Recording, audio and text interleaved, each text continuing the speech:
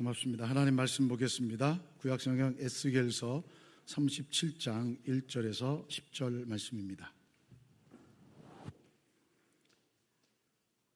구약성경 에스겔서 37장 1절부터 10절 말씀입니다.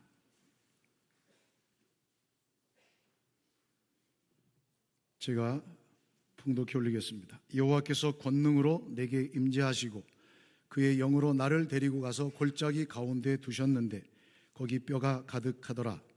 나를 그 뼈 사방으로 지나가게 하시기로 본즉 그 골짜기 지면에 뼈가 심이 많고 아주 말랐더라.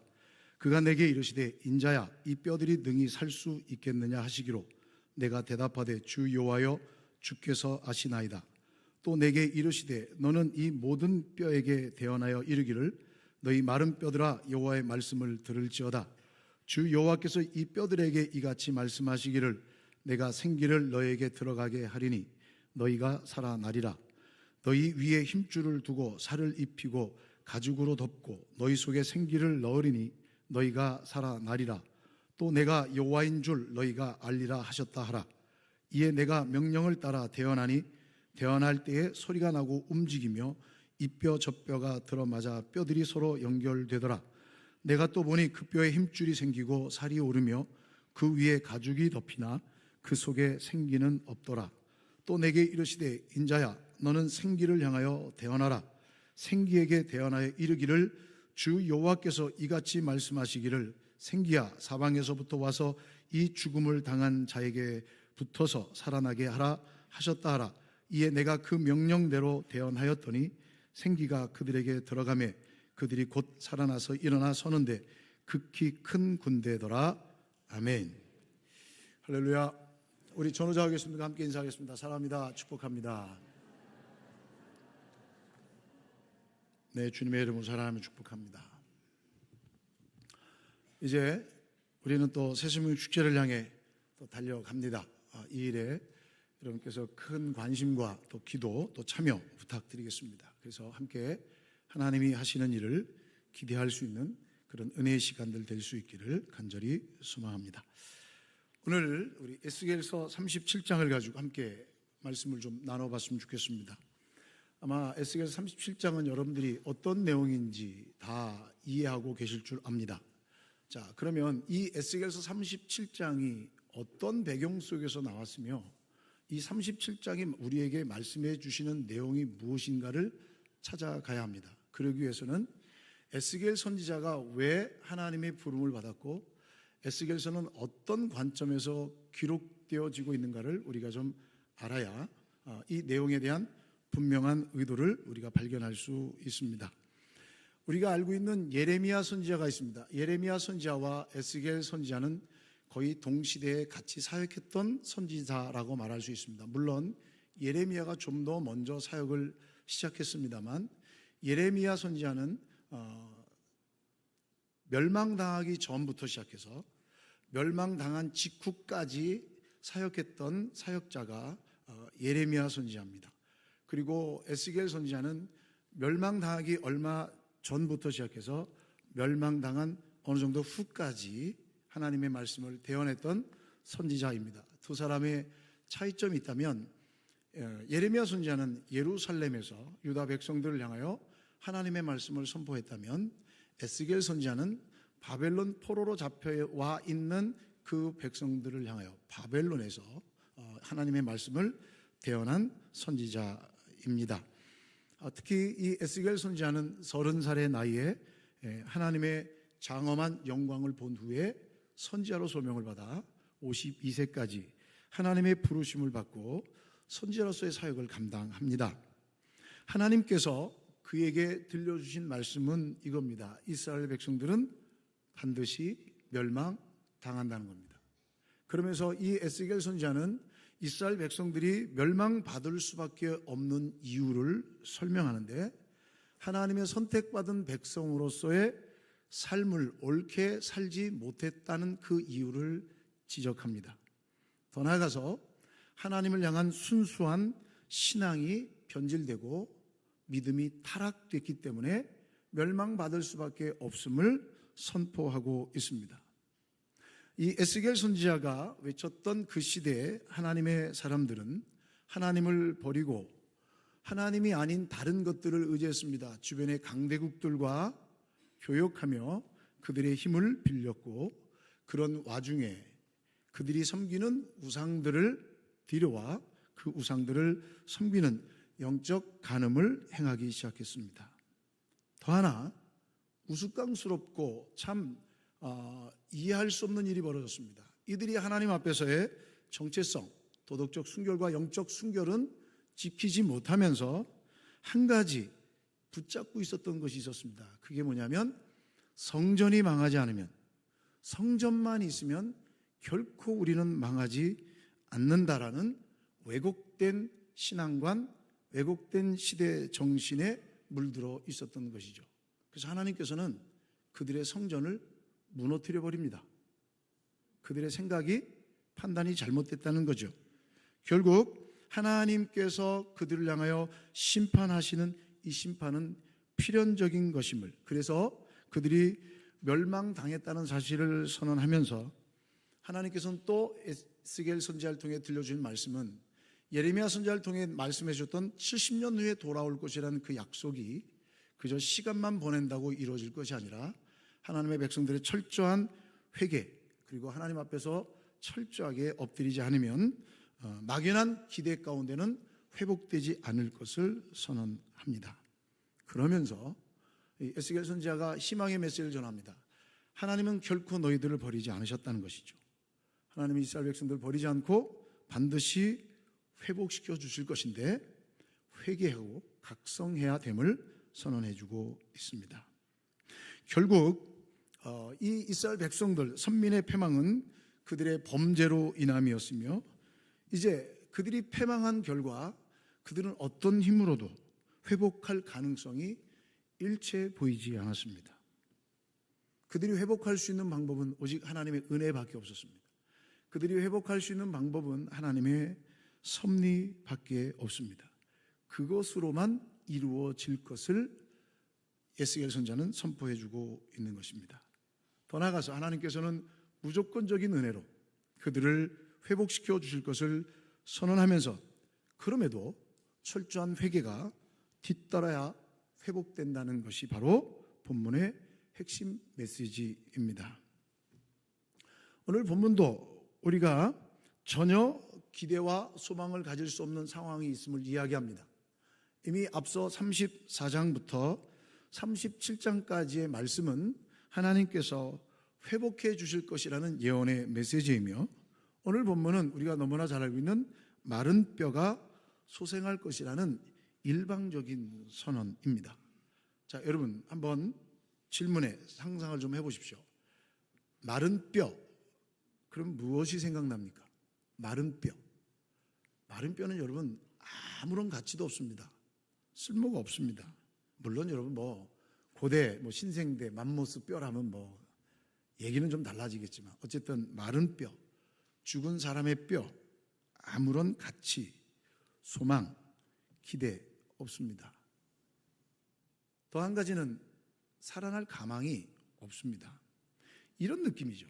마른 뼈에 대한 느낌이 그런 느낌입니다. 자, 하나님께서 그 마른 뼈가 가득한 골짜기로 선지자를, 에스겔 선지자를 데려가십니다. 그리고 그 뼈들을 향해 하나님의 말씀을 선포하라는 명령을 받습니다.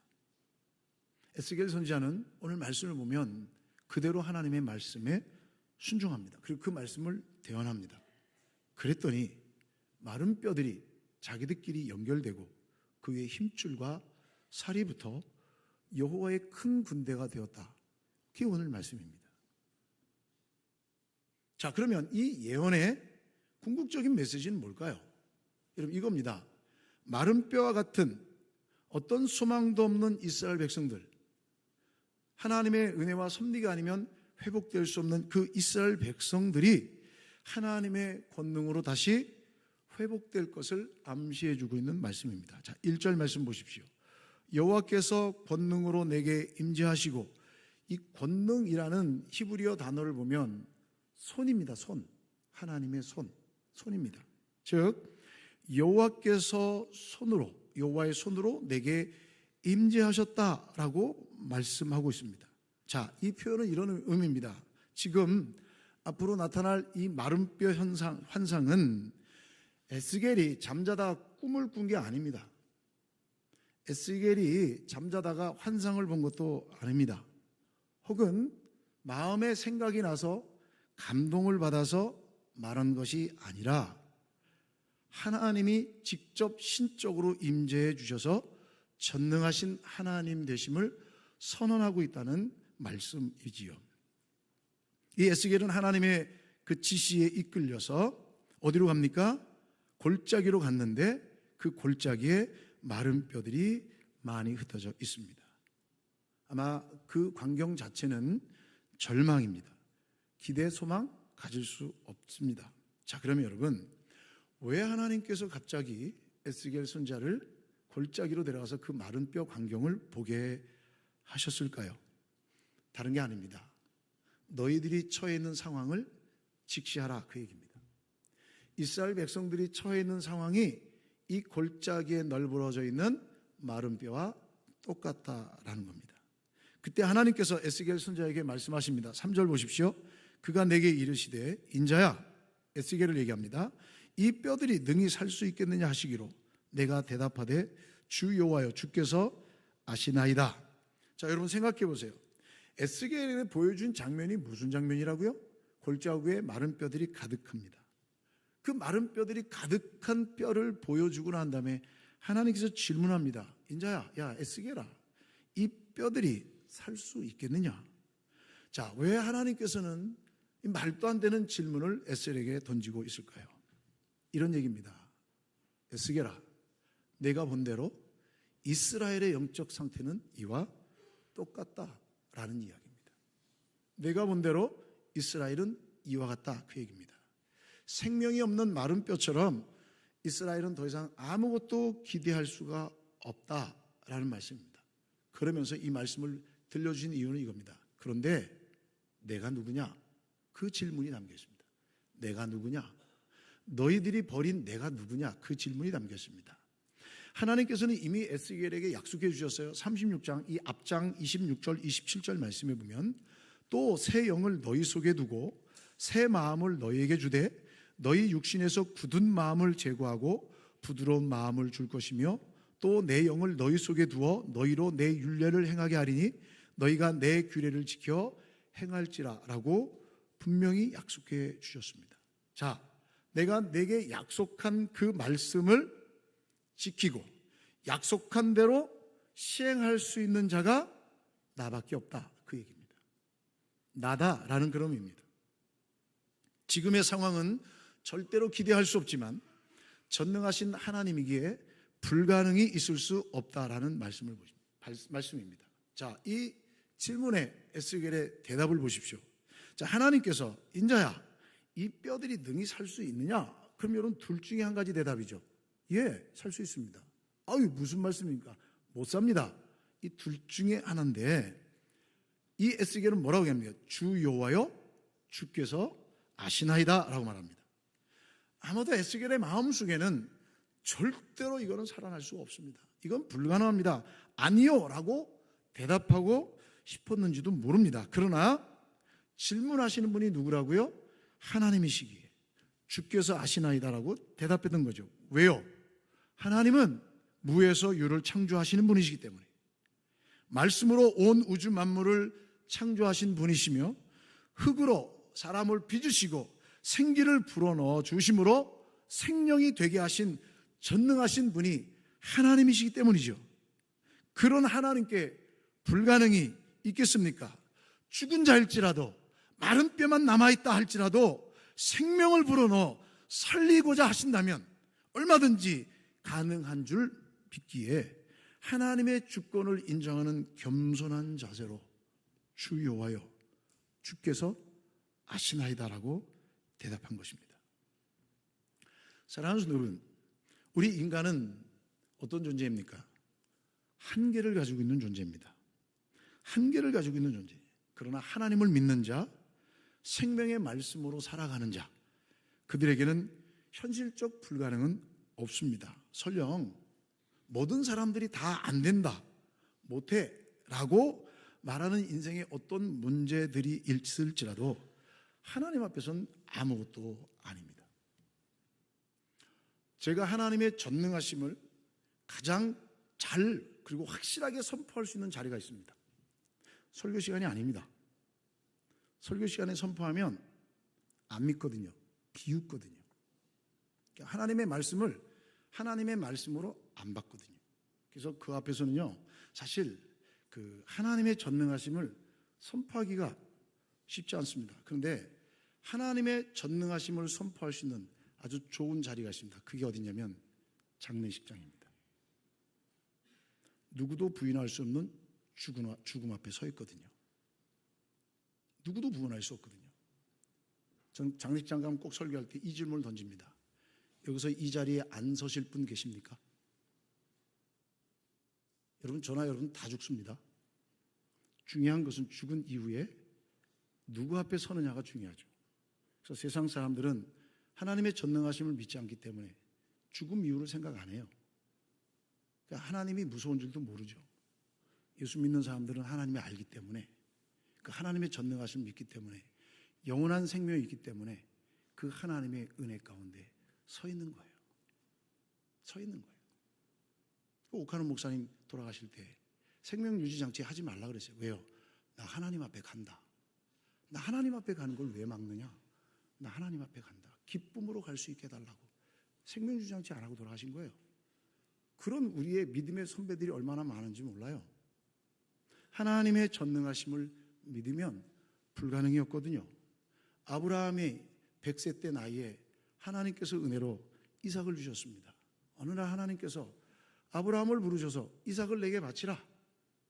이삭을 내게 제사로 드리라라고 말씀합니다. 그때 아브라함은 두 말도 하지 않고 이 이삭을 데리고 모리아산 가서 하나님께 제물로 바치려고 할 때 하나님이 막으셨죠. 자, 이 사건을 히브리서 기자가 이렇게 기록하고 있습니다. 히브리서 11장 17절과 19절입니다. 아브라함은 시험을 받을 때에 믿음으로 이삭을 드렸으니 그는 약속들을 받은 자로되 그 외아들을 드렸느니라. 그가 하나님이 능히 이삭을 죽은 자 가운데서 다시 살리실 줄로 생각한지라. 히브리서 기자는 이렇게 설명하고 있습니다. 어떻게 100세 때 얻은 아들을 하나님께서 제물로 드려야 할 때 드릴 수 있었느냐? 이유는 간단합니다. 내가 이 아이를 죽여서 제물로 드린다 할지라도 전능하신 하나님은 반드시 다시 살려내실 수 있는 분이심을 믿었기 때문에 기꺼이 하나님 앞에 순종할 수 있었던 거죠. 앞에는 홍해바다입니다. 뒤에는 애국 군대입니다. 여러분, 홍해바다 가보셨습니까? 정말 넓습니다. 우리가 지도로 보는 건 조그매 보이지만 홍해가 얼마나 크고 얼마나 물이 넘실대는지 모릅니다. 앞에는 홍해바다요, 뒤에는 애국 군대입니다. 자, 이 모습을 보고 백성들이 아우성을 칩니다. 원망합니다. 탄식의 소리가 있을 때 모세는 너무나 침착합니다. 너무나 차분합니다. 그리고 당당하게 말합니다. 출애굽기 14장 13절, 모세가 백성에게 이르되 너희는 두려워하지 말고 가만히 서서 여호와께서 오늘 너희를 위하여 행하시는 구원을 보라. 오늘 본 애굽 사람을 영원히 다시 보지 아니하리라 라고 말할 수 있었던 것은 전능하신 하나님을 믿었기 때문에 당당할 수 있었던 것이죠. 여호수아가 가나안을 정복할 때입니다. 아모리 사람들과 전쟁하면서 승리를 앞두고 있습니다. 자, 이제 조금만 더 힘을 합치면 이 전쟁을 끝낼 수 있는데 날이 저무는 거예요. 날이 저물면 전쟁을 수행할 수 없죠. 날이 저물 때 여호수아가 외칩니다. 태양아, 너는 기브온 위에 머무르라. 달아, 너도 아얄란 골짜기에서 그리할지어다 라고 외칩니다. 여러분, 말이 됩니까? 어떻게 태양을 향하여, 어떻게 달을 향하여 멈추라고 말할 수 있겠습니까? 그러나 창조주 하나님께서 역사하시면 태양도 달도 멈출 수 있음을 믿는 믿음이 있었기 때문에 그는 외칠 수 있었고, 그것이 멈춰짐으로 전쟁을 승리를 얻을 수 있었던 것입니다. 사랑하는 성도 여러분, 하나님 전능하심을 믿는 자에게, 하나님이 전능하심을 믿는 자에게는 불가능이란 없습니다. 우리는 한계가 있습니다. 우리에게는 능력이 유한합니다. 뭘 할 수 있겠습니까? 그래서 벽에 부딪힙니다. 문제에 부딪힙니다. 절망합니다. 넘어지지요. 그러나 하나님을 의지하는 자, 하나님의 능력을 믿는 자에게는 불가능은 언제든지 가능으로 바뀔 수 있습니다. 우리는 그 하나님을 잊지 말아야 합니다. 그 하나님을 신뢰합니다. 문제와 한계 그 앞에서도 하나님의 일하심을, 하나님의 역사하심을 간구할 수 있어야 합니다. 그때 하나님께서 역사하십니다. 언제 그런 능력을 체험할 수 있어요? 4절 말씀 보세요. 또 내게 이르시되 너는 이 모든 뼈에게 대언하여 이르기를 너희 마른 뼈들아 여호와의 말씀을 들을지어다. 주 여호와께서 이 뼈들에게 이같이 말씀하시기를 내가 생기를 너희에게 들어가게 하리니 너희가 살아나리라. 너희 위에 힘줄을 두고 살을 입히고 가죽으로 덮고 너희 속에 생기를 넣으리니 너희가 살아나리라. 또 내가 여호와인 줄 너희가 알리라 하셨다 하라. 라고 하나님께서 에스겔 선지자에게 하나님의 말씀을 들려줍니다. 그럴 때 에스겔 선지자가 그 말씀을 받아 말합니다. 자, 오늘 1절은 이 말씀을 주신 분이 하나님이시고 2절부터 6절은 하나님께서 에스겔에게 들려주신 말씀이에요. 외치라고. 그 다음에 여러분 7절부터 9절 말씀까지는 그렇게 외쳤더니 나타난 일이고 10절의 결과를 이야기하고 있습니다. 7절을 보십시오. 여러분, 이에 내가 명령을 따라 이렇게 말합니다. 명령을 따라 대언하니 대언할 때 소리가 나고 움직이며 이 뼈 저 뼈가 들어맞아 뼈들이 서로 연결되더라 말씀합니다. 하나님의 놀라운 능력이지요. 우리의 힘으로 우리의 능력으로 할 수 있는 일이 아닙니다. 하나님이 행하셨죠. 능력은 언제 나타나느냐? 하나님의 말씀을 받은 그대로 대언할 때 하나님의 능력이 나타나는 줄 믿습니다. 에스겔 선지자가 하나님의 말씀 그대로 대언했습니다. 여러분 생각해 보십시오. 하나님께서 만약에 여러분들에게 똑같은 명령을 하셨다면 여러분 어떻게 반응하시겠습니까? 하나님, 이게 가능해요? 하나님, 이게 지금 현 상식에 맞아요? 이게 과학적으로 맞아요? 아마 우리는 우리의 경험, 우리의 지식을 총동원해서 안 되는 일을 계속해서 하나님 앞에 들이댈 것입니다. 여러분, 여기서 중요한 것은 에스겔이 하나님의 말씀 그대로 대언했다는 얘기입니다. 에스겔은 하나님의 말씀에 자신의 생각이나 자신의 경험, 자신의 말을 섞지 않았어요. 하라고 하신 말씀 그대로 진행했을 뿐이죠. 절대로 잊지 마십시오. 하나님의 말씀을 전하는 자, 생명의 복음을 전하는 자는 자신의 생각, 자신의 말을 섞지 말아야 돼요. 자신의 말과 자신의 생각, 경험이 섞이는 순간 그 어떤 메시지도 하나님의 말씀이 아닌 것이죠. 하나님의 말씀이 아니면 생명의 역사도 일어나지 않습니다. 자, 그런데 여러분 8절 말씀 보십시오.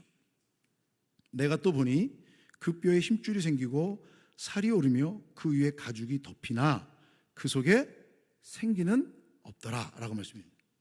사람의 형체가 갖춰져 있는 거예요. 외쳤더니 사람의 형체가 뼈들이 달라붙고 힘줄이 생기고 가죽이 덮고 살이 생겼지요.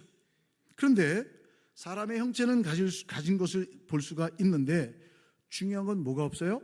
생기가 없습니다. 즉 생명이 없는 거예요. 여러분, 생명이 없어서 형체는 유지할 수 있지만 생명이 없는 것의 결정적인 단점이 뭐예요? 움직일 수 없어요. 어떤 능력도 나타낼 수 없다는 얘기입니다.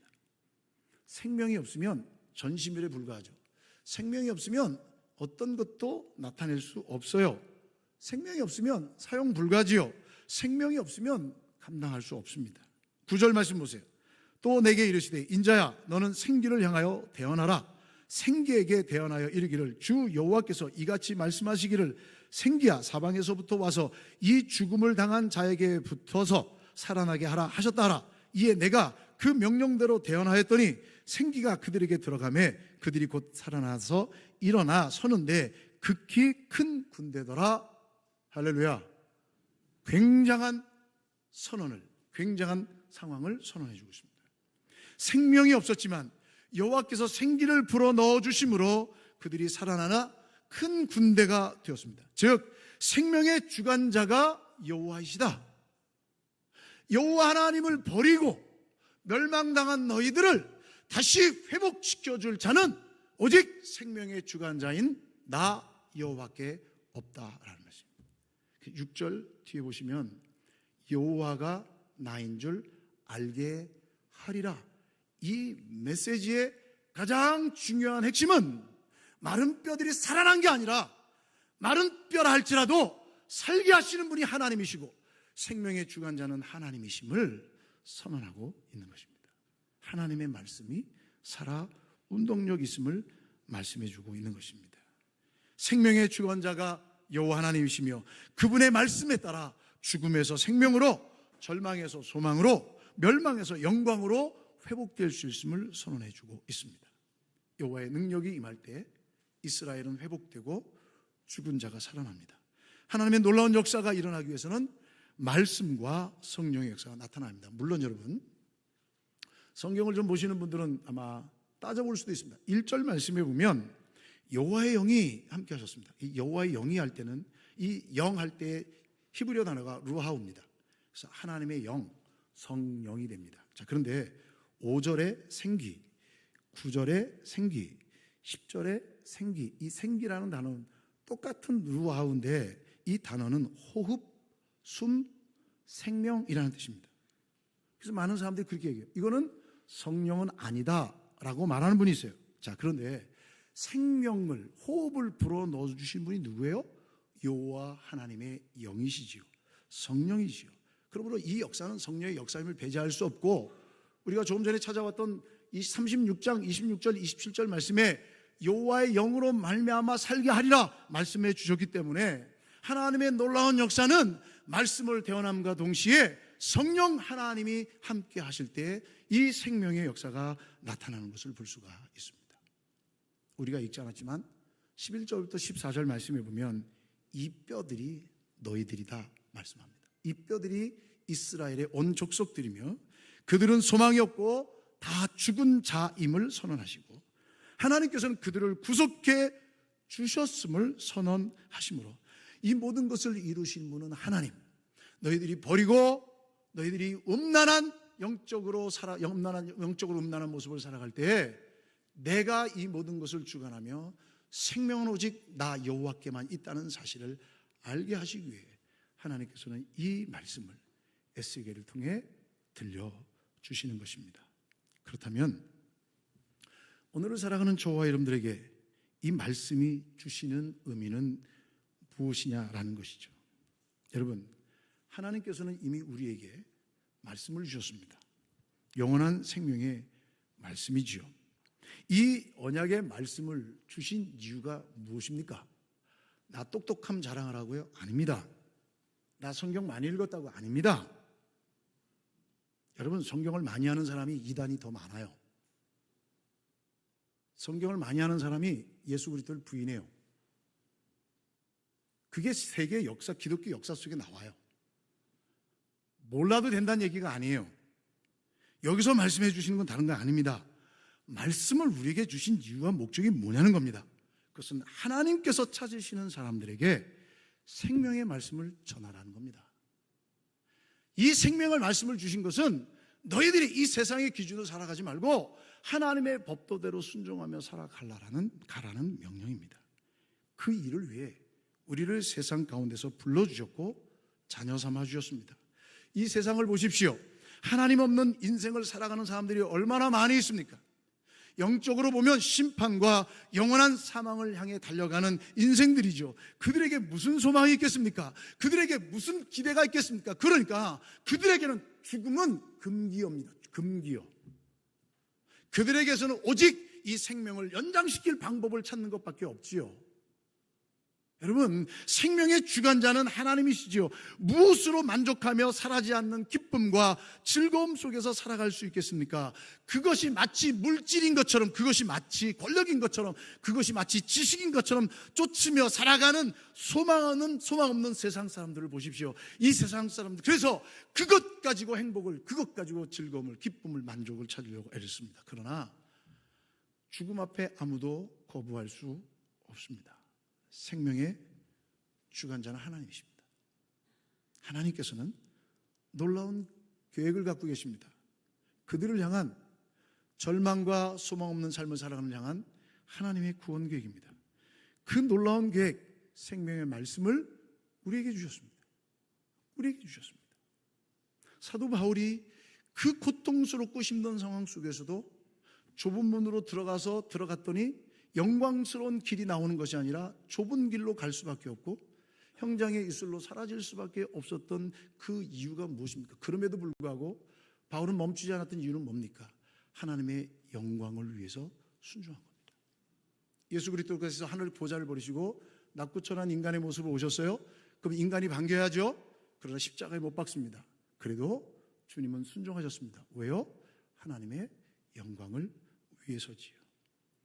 하나님께서는 우리에게 이 놀라운 말씀, 하나님의 은혜를 주셨습니다. 그렇다면 그 말씀을 전할 책임이 우리에게 있습니다. 이 말씀에 우리의 말을, 우리의 생각을, 우리의 경험을 섞으면 안 됩니다. 우리의 지식을 섞으면 안 됩니다. 하나님이 주신 말씀, 주신 사명의 일들만 외쳐야 합니다. 주 예수를 믿으라, 그리하면 너와 내 집이 구원을 얻으리라. 하나님이 세상을 이처럼 사랑하사 독생자를 주셨으니 누구든지 이를 믿으면 멸망하지 않고 영생을 얻게 하려 하심이라 라고 말씀해 주고, 이것은 육이나 혈통으로 되어지는 것이 아니라 하나님의 은혜로 되는 것을 성경은 말씀해 주고 있습니다. 이걸 선언해야 합니다. 이 사명을 하나님께서 우리에게 주셨습니다. 우리는 생각합니다. 우리는 판단합니다. 우리는 말합니다. 하나님, 안 돼요. 하나님, 이건 불가능해요. 하나님, 이건 될 수 없는 일이에요. 차라리 다른 걸 시키세요. 제가 다른 거 하겠습니다. 여러분, 에스겔 선지자가 본 것이 무엇이라고요? 마른 뼈입니다. 마른 뼈가 갖고 있는 상징이 뭐라고요? 소망도 기대도 생명도 없습니다. 그런데 에스겔 선지자가 하나님이 주신 말씀에 순종해서 외치자 그 마른 뼈들이 맞춰지기 시작하고 힘줄이 생기고 가죽이 덮이고 더 나아가 그 생기가 넣어지자 하나님의 큰 군대가 됩니다. 생명을 살리고 소망을 갖게 하는 힘은 오직 하나님의 말씀뿐입니다. 히브리서 기자는 이렇게 선언합니다. 하나님의 말씀은 살아있고 활력이 있어 좌우의 날선 어떤 검보다도 예리하여 혼과 영과 및 관절과 골수를 찔러 쪼개기까지 하며 또 마음의 생각과 뜻을 판단한다라고 말씀해 주고 있습니다. 하나님께서는 우리에게 명령하셨습니다. 너는 말씀을 전파하라. 때를 얻든지 못 얻든지 항상 힘쓰라. 범사의 오래 참음과 가르침으로 경책하며 경계하며 권면하라. 주님이 명령하십니다. 주인이 종에게 이르되 길과 산울타리 가로 나가서 사람을 강권하여 데려다가 내 집을 채우라. 주님이 명령하셨습니다. 예수께서 나와 말씀하여 이르시되 하늘과 땅의 모든 권세를 내게 주셨으니 그러므로 너희는 가서 모든 민족을 제자로 삼아 아버지와 아들과 성령의 이름으로 세례를 베풀고 내가 너희에게 분반 모든 것을 가르쳐 지키게 하라. 볼지어다 내가 세상 끝날까지 너희와 항상 함께 있으리라 하시니라 말씀해 주고 있습니다. 이 말씀을 우리에게 주셨습니다. 그렇다면 우리는 그 말씀 그대로 선포해야 합니다. 그게 우리의 책임입니다. 사랑하는 여러분, 우리의 외침 가지고는 완전한 성취는 불가능합니다. 성령님이 앞서가셔야 합니다. 우리가 먼저 간다고 될 일이 아닙니다. 성령 하나님이 도와주셔야 합니다. 성령 없이는 힘도 능력도 없습니다. 주의 역사가 나타나지 않습니다. 성령께서 함께 하실 때 역사가 나타나며 비로소 생명체들이 연합되며 하나님의 놀라운 역사가 나타나게 됩니다. 그리고 그들은 군대가 되어 하나님의 맡겨진 사역을 감당하죠. 교회는 수많은 하나님의 역사로 말미암아 세워진 주의 백성들이 연합하여 하나님의 일을 나타내며 하나님께 영광 돌리는 복된 공동체가 되어야 할 사명이 있습니다. 그게 교회입니다. 교회는 존재 이유와 목적은 영원하신 하나님의 이름 앞에 찬송하며 영광 돌리는 예배와 하나님께서 맡겨주신 사명과 그 복음을 위해 헌신하며 애쓰는 일이 교회가 존재할 이유요 목적입니다. 이것을 해치는 어떤 것도 용납될 수 없죠. 이것을 배제한 어떤 것도 용납될 수 없습니다. 담임 목사가 왜 존재합니까? 여러분은 한 사람 한 사람이 왜 존재합니까? 왜 일꾼이 존재합니까? 나의 이름을 드러내기 위해서가 아닙니다. 나의 잘남을 드러내기 위해서가 아닙니다. 우리는 없어지고 전능하신 하나님의 영광만, 하나님의 이름만, 예수 그리스도의 십자가의 복음만 증거되어야 될 줄 믿습니다. 그 일을 하나님께서 저와 여러분들에게 맡겨주셨습니다. 여러분 어떻게 하시겠습니까? 순종하시겠습니까? 거절하시겠습니까? 에스겔처럼 순종하는 사명자들이 일어나야 하나님의 역사가 나타납니다. 하나님은 그것을 기대하십니다. 생기를 명할 사람은 성도요, 하나님의 종들이요, 하나님의 사람들 뿐입니다. 일꾼이 필요하다는 말씀입니다. 말씀에 순종하는 자들이 필요합니다. 저와 여러분들이, 우리 샤론 교회가 그 하나님의 부르심에 반응할 수 있게 되기를 주님의 이름으로 축복합니다. 기도하시겠습니다. 하나님 감사합니다. 영원한 사망 가운데서 소망 없는 인생을 살아갈 우리들이지만 하나님은 우리를 사랑하셔서 생명을 허락해 주셨습니다. 예수 그리스도의 십자가의 보혈로 우리를 자녀 삼아 주셨습니다. 하나님 감사합니다. 이 감격과 기쁨이, 이 소망이 우리 가운데서 다시 불일 듯 일어나게 도와주시고, 우리 하나님께서 맡겨주신 그 놀라운 복음 증거의 외침이 우리 가운데서 다시 회복되게 하여 주시옵소서. 하나님의 기뻐하신 일이 무엇인가를 다시 깨닫고 믿음으로 달려가는 우리 모두 될 수 있도록 은혜를 더하여 주시옵소서. 우리의 생각, 우리의 판단, 우리의 지식, 우리의 경험 다 내려놓고 생명의 말씀, 진리의 말씀만 선포함으로 하나님의 하나님 되심과 예수 그리스도의 우리의 구원자 되심을 온전히 선포하는 믿음의 성도의 공동체가 될 수 있도록 은혜 베풀어 주시옵소서. 예수님의 이름으로 기도하옵나이다. 아멘. 우리 자리에서 다 일어나셔서 찬송가 523장 함께 찬양하시겠습니다.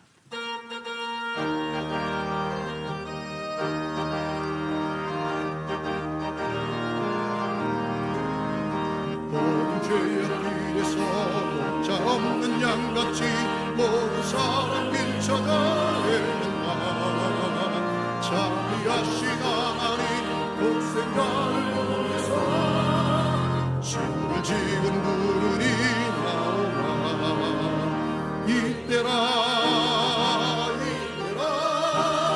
주의 긍휼 받을 때가 이때라. 지금 주께 나와 겸손하게 아뢰라. 구원함을 얻으리. 험한 십자가 위에 달려 돌아가신 분 다시 살아나셨네. 기쁘다. 죄인 구원하신 분 어서 주께 나와 그 신은혜 구하라. 이때라 주의 긍휼 받을 때가 이때라. 지금 주께 나와 겸손하게 아뢰라. 구원함을 얻으리. 주의 귀한 말씀에 영원 생명 있나니 주님 너를 용서해 주신다. 주가 부르실 때에 힘과 정성 다하여 주의 은혜 받으라. 이때라 주의 긍휼 받을 때가 이때라. 지금 주께 나와 겸손하게 아뢰라.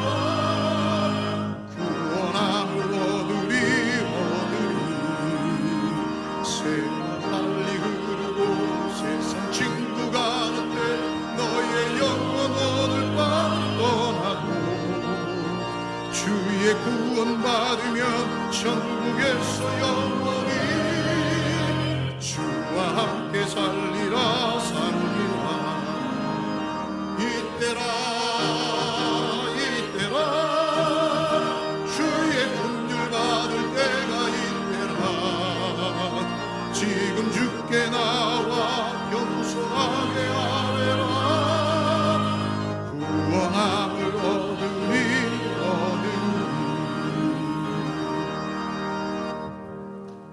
지금은 우리의 유일한 구원자이시며 우리의 생명 되시고 우리의 주인 되신 우리 주 예수 그리스도의 은혜와 독생자 외아들을 우리 가운데 보내주셔서 우리를 자녀 삼아주신 하나님 아버지의 넓고 다함이 없는 그 사랑하심과 우리로 깨닫게 하시며 순종케 하시는 성령 하나님의 위로교통 감화 감동하심의 역사가 우리의 삶 속에서 가망이 없고 소망이 없는 자들을 택한 자로 불러주시고 영원한 나라를 소망하며 하나님의 천국 백성으로 주신 사명을 가지고 살아갈 수 있도록 힘주심을 깨달아 주님 다시 오실 때까지 이 생명의 복음을 증거하는 복된 주의 제자로 살 것을 다짐하고 소망 가운데 일어서는 주의 모든 믿음의 성도들 머리머리 위와 가정과 일터와 생업과 자녀들 위해 환우들의 간절한 부르짖음 위에 해외군에 가 있는 자녀들 성도들 머리 위에 어려움 가운데 있는 귀한 성도의 모든 장례 일정 위에 복중의 생명까지 이제로부터 영원토록